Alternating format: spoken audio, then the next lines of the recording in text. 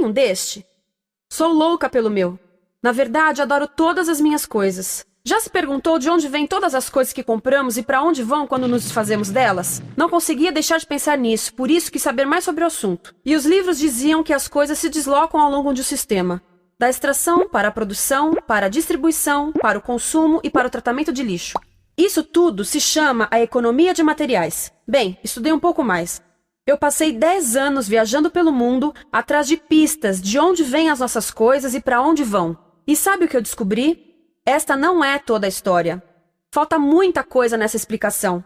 Em primeiro lugar, neste sistema parece que está tudo bem, sem problemas. Mas, na verdade, é um sistema em crise, porque trata-se de um sistema linear, e nós vivemos num planeta finito, e não se pode gerir um sistema linear num planeta finito, indefinidamente. Em todas as suas etapas, este sistema interage com o mundo real. A vida real não acontece numa página em branco.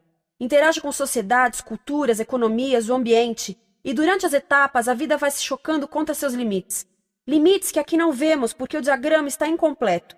Então voltemos atrás para preencher alguns espaços e ver o que falta. Uma das coisas mais importantes em falta são as pessoas. Sim, pessoas. As pessoas vivem e trabalham em todas as etapas desse sistema, onde algumas são um pouco mais importantes que outras, algumas têm maior poder de decisão. Quem são elas? Comecemos pelo governo. Meus amigos dizem que eu devia usar um tanque para simbolizar o governo, e isso é uma realidade em muitos países, e cada vez mais também no nosso. Afinal, mais de 50% dos nossos impostos vão para os militares. Mas vou usar uma pessoa para simbolizar o governo, porque acredito nos valores e na visão de que o governo deve ser das pessoas, pelas pessoas, para as pessoas. A função do governo é olhar por nós, cuidar de nós. Esse é o seu trabalho. Depois vem as corporações. O que leva as corporações a parecerem maiores que o governo é porque elas são maiores que o governo. Atualmente, entre as 100 maiores economias da Terra, 51 são corporações.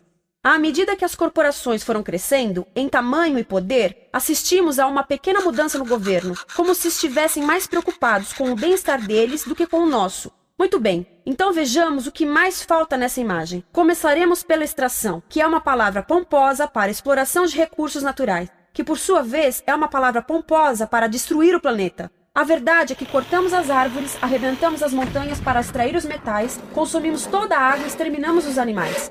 Aqui enfrentamos o nosso primeiro limite. Estamos ficando sem recursos naturais. Estamos utilizando demasiados materiais. Sei que isto pode ser difícil de ouvir, mas é a verdade. Por isso temos que lidar com isso. Durante apenas as 3 últimas décadas, foram consumidos 33% dos recursos naturais do planeta.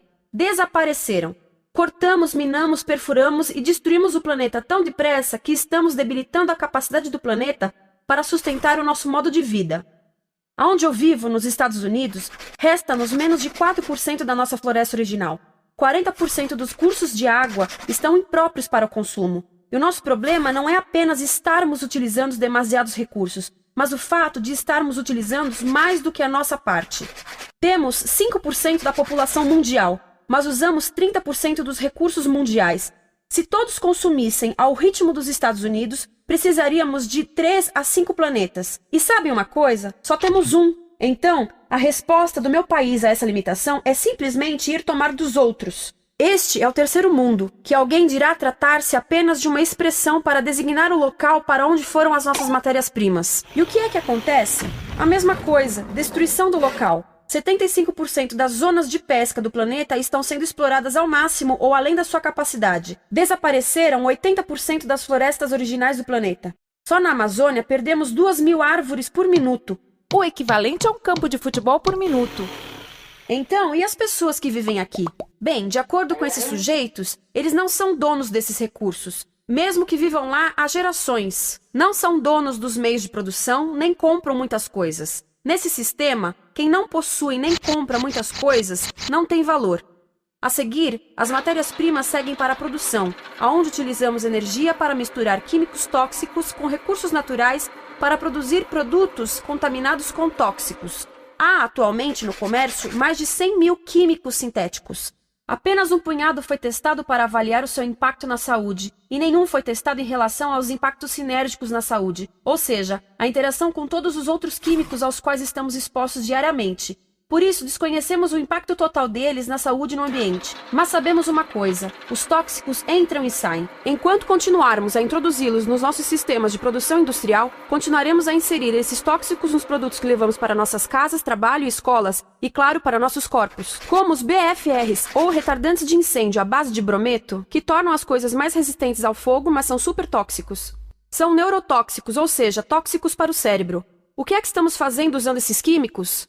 Apesar disso, os usamos em nossos computadores, eletrodomésticos, sofás, colchões e até alguns travesseiros. Sim, pegamos nossos travesseiros, os revestimos com neurotoxinas, levamos para casa e dormimos por 8 horas com eles. Não sei, mas acho que num país com tanto potencial, poderíamos ter uma maneira melhor de evitar que as cabeças peguem fogo à noite. Sabia que essas toxinas vão se acumulando ao longo da cadeia alimentar e se concentram nos nossos corpos? Sabe qual é o alimento do topo da cadeia alimentar com o nível mais elevado de químicos tóxicos? O leite materno. Isto significa que os menores membros das nossas sociedades, os nossos bebês, recebem as maiores doses de químicos tóxicos das suas vidas a partir do leite das suas mães. Não acha que é uma incrível violação? A amamentação deveria ser o mais importante ato humano de nutrição. Deveria ser algo sagrado e seguro. A amamentação continua a ser o melhor e as mães devem amamentar, mas nós deveríamos proteger esse ato. Eles deviam protegê-lo. Eu pensava que zelavam pelos nossos interesses. As pessoas que mais sofrem com esses produtos químicos são os trabalhadores das fábricas. Muitos são mulheres em idade reprodutiva que trabalham com toxinas que afetam a gestação, carcinogênicos e muito mais. Agora eu pergunto: que tipo de mulher em idade reprodutiva trabalharia no emprego deste, exposta a estas toxinas, a não ser uma mulher sem outra alternativa? Essa é uma das maravilhas desse sistema. A erosão dos ecossistemas e economias locais aqui garante um fluxo constante de pessoas sem alternativas. No mundo, há 200 mil pessoas por dia se deslocando de ambientes que as sustentaram ao longo de gerações para cidades, onde muitas vivem em bairros de lata, à procura de emprego, por mais tóxico que seja. Não só os recursos são desperdiçados ao longo desse sistema, mas também pessoas, comunidades inteiras são desfeitas.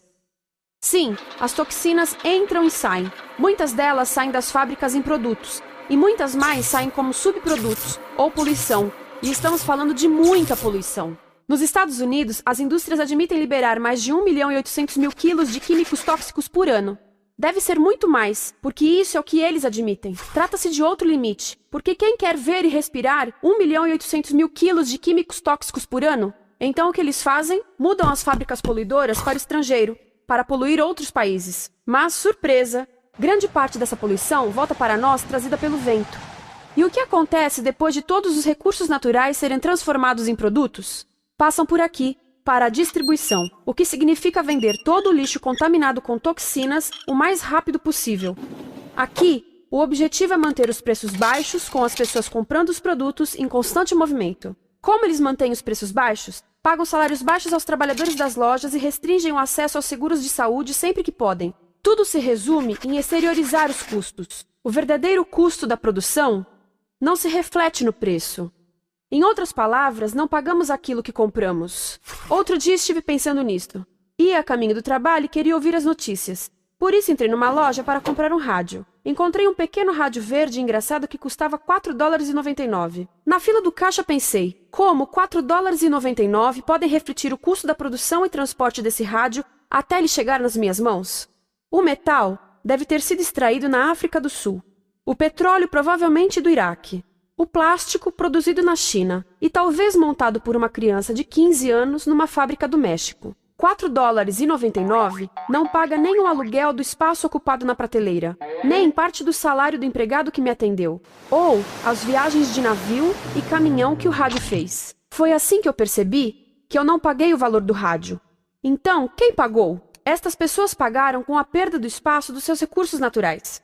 Estas pagaram com a perda do ar puro, com o aumento de doenças como asma e câncer. As crianças do Congo pagaram com o seu futuro, pois 30% delas abandonam a escola para trabalhar nas minas de coltan, um metal que usamos em aparelhos eletrônicos baratos e descartáveis. Estas pessoas pagaram por não ter direito ao seguro de saúde. Ao longo desse sistema, pessoas contribuíram para que eu comprasse o rádio por $4,99, mas essas contribuições não são registradas por nenhum contabilista. É isto que eu quero dizer com exteriorizar o verdadeiro custo de produção. E isso nos leva à seta dourada do consumo. O coração do sistema, o motor que impulsiona. É tão importante proteger esta seta que se tornou prioridade daqueles dois sujeitos. É por isso que após o 11 de setembro, quando nosso país estava em choque, o presidente Bush poderia ter sugerido fazer luto, rezar, ter esperança, mas não, ele disse para fazermos compras. Compras! Nos tornamos uma nação de consumidores. Nossa principal identidade passou a ser de consumidores. Não mães, professores, agricultores, mas consumidores. Nosso valor é medido e demonstrado pelo quanto contribuímos para esta seta. Quanto consumimos. Não é isso que fazemos? Compramos, compramos, compramos. Manter os produtos circulando. E como circulam? Sabe qual a porcentagem dos produtos que circulam através desse sistema que ainda são usados 6 meses depois da venda na América do Norte? 50%? 20%? Não, 1%. 1. Em outras palavras, 99% das coisas que nós cultivamos, processamos, transformamos, 99% das coisas que percorrem o sistema são lixo em menos de 6 meses. Como é que podemos gerir um planeta com esse nível de rendimento? Mas não foi sempre assim. Hoje, o consumidor médio americano consome o dobro que há 50 anos. Pergunte à sua avó. No tempo dela, a boa gestão, a engenhosidade e a poupança eram valorizados. Então, como é que isso aconteceu? Bem, não aconteceu simplesmente. Foi planejado.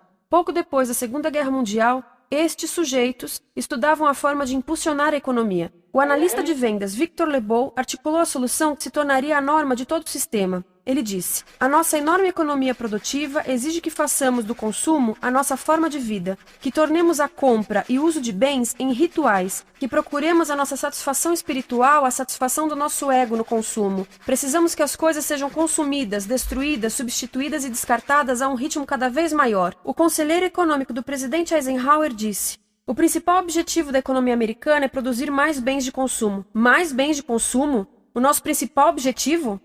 Não é providenciar cuidados médicos, ou educação, ou transportes seguros, ou sustentabilidade, ou justiça? Bens de consumo? Como é que eles nos fizeram adotar esse sistema de forma tão entusiástica? Bem, 2 das suas estratégias mais bem-sucedidas são a obsolescência planejada e a obsolescência perceptiva. A obsolescência planejada é uma outra forma de dizer criado para ir para o lixo. Eles fazem as coisas de modo que sejam inúteis tão rápido quanto possível para jogarmos fora e voltarmos a comprar. Isso é óbvio em sacolas ou copos de plástico, mas verifica-se isso em coisas maiores como esfregões, DVDs, máquinas fotográficas, churrasqueiras, quase tudo, até computadores. Já reparou que quando compra um computador, a tecnologia muda tão rápido que em poucos anos se torna quase um impedimento para a comunicação? Fiquei curiosa e abri um desses computadores para ver o que tinha dentro, e descobri que a peça que se muda a cada ano é apenas uma pecinha no canto. Mas não se pode mudar apenas essa peça, porque cada nova versão tem um formato diferente. Tem que jogar tudo fora e comprar um novo. Estive lendo sobre o design industrial da década de 50, quando a obsolescência planejada começou a aparecer. Esses designers eram muito claros sobre o assunto. Chegavam a debater quão rápido conseguiam que um aparelho avariasse, mas de modo que o consumidor mantivesse fé suficiente para ir comprar outro. Foi tão intencional, mas as coisas não avariam suficientemente rápido para manter essa seta funcionando. Por isso existe também a obsolescência perceptiva. A obsolescência perceptiva nos convence a jogar fora coisas que ainda são perfeitamente úteis. Como fazem isso? Mudam a aparência das coisas. Por isso, se comprou suas coisas há alguns anos, todos percebem que você não tem contribuído para essa seta. E como o nosso valor depende da nossa contribuição para essa seta, isso pode ser embaraçoso. Por exemplo, se eu tiver o mesmo monitor de computador gordo e branco na minha mesa por 5 anos e a minha colega tiver comprado um computador novo, ela vai ter um monitor plano brilhante que combina com o computador, com o celular e até com as canetas. Ela parece estar operando uma nave espacial e eu pareço que tenho uma máquina de lavar na mesa. A moda é outro bom exemplo. Já se perguntou por que os saltos dos sapatos das mulheres passam de largos para finos num ano e no próximo de finos para largos? Não é por haver um debate sobre qual deles é mais saudável. É porque usar saltos largos num ano de saltos finos mostra que você não contribuiu recentemente para a seta. Por isso não vale tanto quanto a pessoa com saltos finos ao seu lado, ou em um anúncio. É para comprarmos sapatos novos. A publicidade e a mídia em geral têm um papel importante nisto. Cada um de nós nos Estados Unidos é bombardeado com mais de 3.000 anúncios por dia. Vemos mais publicidade num ano do que as pessoas há 50 anos viam em toda a vida. Qual é o objetivo de um anúncio se não nos fazer infelizes com o que temos? Por isso, nos dizem 3.000 vezes por dia que nosso cabelo está errado, nossa pele, nossa roupa, nossos móveis, nossos carros, nós estamos errados. Mas tudo se resolve se formos às compras. A mídia também ajuda a esconder tudo isto e isto. Por isso, a única parte da economia que vemos são as compras. A extração, produção e envio para o lixo acontecem fora do nosso campo de visão. Por isso, nos Estados Unidos, temos mais coisas do que tivemos antes, mas pesquisas mostram nossa felicidade declinando. Nossa felicidade teve seu pico na década de 50, a mesma época em que a febre consumista explodiu. Coincidência interessante. Acho que sei o porquê. Temos mais coisas, porém menos tempo para o que realmente nos faz felizes. Amigos, família, tempo livre. Estamos trabalhando mais do que nunca. Analistas dizem que não temos tão pouco tempo livre desde a sociedade feudal. E sabem quais são as duas atividades que mais fazemos no pouco tempo livre que temos? Ver televisão e fazer compras. Nós, americanos, passamos 3 a 4 vezes mais tempo comprando do que os europeus. Assim, nessa situação ridícula, vamos trabalhar talvez em 2 empregos, e quando chegamos em casa exaustos e sentamos no sofá novo para ver televisão, os anúncios dizem que não prestamos, então vamos às compras para nos sentirmos melhor. Depois trabalhamos mais para pagar o que compramos e chegamos em casa mais cansados, vemos mais televisão que nos diz para fazermos compras outra vez. E estamos nesse ciclo de trabalhar, ver, comprar, e podíamos simplesmente parar. Então, no final, o que acontece a todas essas coisas que compramos? Nesse ritmo de consumo, não cabe tudo em casa, apesar do tamanho médio das casas ter duplicado nesse país desde os anos 70. Vai tudo para o lixo, e isso nos leva ao tratamento do lixo. Essa é a parte da economia de materiais que conhecemos melhor, porque nós temos de levar o lixo até a esquina. Cada americano produz 2 quilos de lixo por dia, o dobro do que fazíamos há 30 anos. Todo esse lixo ou é despejado num aterro, que é um grande buraco no chão, ou ainda pior, primeiro é incinerado e depois despejado no aterro. As duas formas poluem o ar, o solo, a água, sem esquecer que alteram o clima. A incineração é realmente ruim. Lembra daqueles tóxicos da fase da produção? Bem, queimar o lixo libera esses tóxicos no ar. Pior ainda, produz supertóxicos novos, como a dioxina. A dioxina é a substância mais tóxica feita pelo homem, e os incineradores são a principal fonte de dioxina. Isso significa que podemos parar a principal fonte da mais tóxica substância conhecida e feita pelo homem, simplesmente parando de queimar o lixo. E podemos parar hoje. Algumas empresas não querem criar aterros e incineradores aqui. Por isso, também exportam os resíduos. Então, e a reciclagem? A reciclagem ajuda? Sim, a reciclagem ajuda. Ela reduz o lixo nessa extremidade e depois reduz a pressão para minerar e colher mais nessa extremidade. Sim, todos devemos reciclar, mas reciclar não é o suficiente. Reciclar nunca será suficiente, por 2 razões. Primeiro, o lixo que vem das nossas casas é apenas a ponta do iceberg. Para cada saco de lixo que deixamos na esquina, 70 sacos de lixo são criados anteriormente, só para fazer o lixo desse saco que deixamos na esquina. Assim, mesmo que pudéssemos reciclar 100% do lixo das nossas casas, não se chegaria ao coração do problema. Além disso, grande parte do lixo não pode ser reciclado, ou porque contém demasiados tóxicos, ou porque é criado de início para não ser reciclável, como aquelas caixas de suco, que têm as camadas de metal, papel e plástico, todas coladas. Não dá para separar essas camadas para reciclá-las. Como se vê, é um sistema em crise. Por todo o percurso, estamos batendo em limites, do clima em mudança ao decréscimo da felicidade. Simplesmente não está funcionando. Mas a parte boa de um problema tão generalizado é haver tantos pontos de intervenção. Há pessoas trabalhando aqui salvando florestas, e aqui na produção limpa. Pessoas trabalhando em direitos do trabalho, em comércio justo, em consumo consciente, no bloqueio de aterros e incineradores. E muito importante, em recuperar o nosso governo, para que seja realmente pelas pessoas e para as pessoas. Todo esse trabalho é criticamente importante, mas as coisas vão realmente começar a se mover quando enxergarmos as ligações, quando enxergarmos o panorama geral. Quando as pessoas ao longo do sistema se unirem, poderemos reivindicar e transformar esse sistema linear em algo novo, um sistema que não desperdice recursos ou pessoas, porque aquilo de que precisamos nos livrar é da antiga mentalidade de usar e jogar fora. Há uma nova escola de pensamento nesse assunto, e é baseada em sustentabilidade e equidade, química verde, zero resíduos, produção em ciclo fechado, energia renovável, economias locais vivas, já está acontecendo. Há quem diga que é irrealista, idealista, que não pode acontecer. Mas eu digo que quem é irrealista são os que querem continuar pelo velho caminho. Isso é que é sonhar. Lembre-se que a velha forma não aconteceu por acaso. Não é como a gravidade que temos que conviver. As pessoas a criaram, e nós também somos pessoas. Por isso, vamos criar algo novo.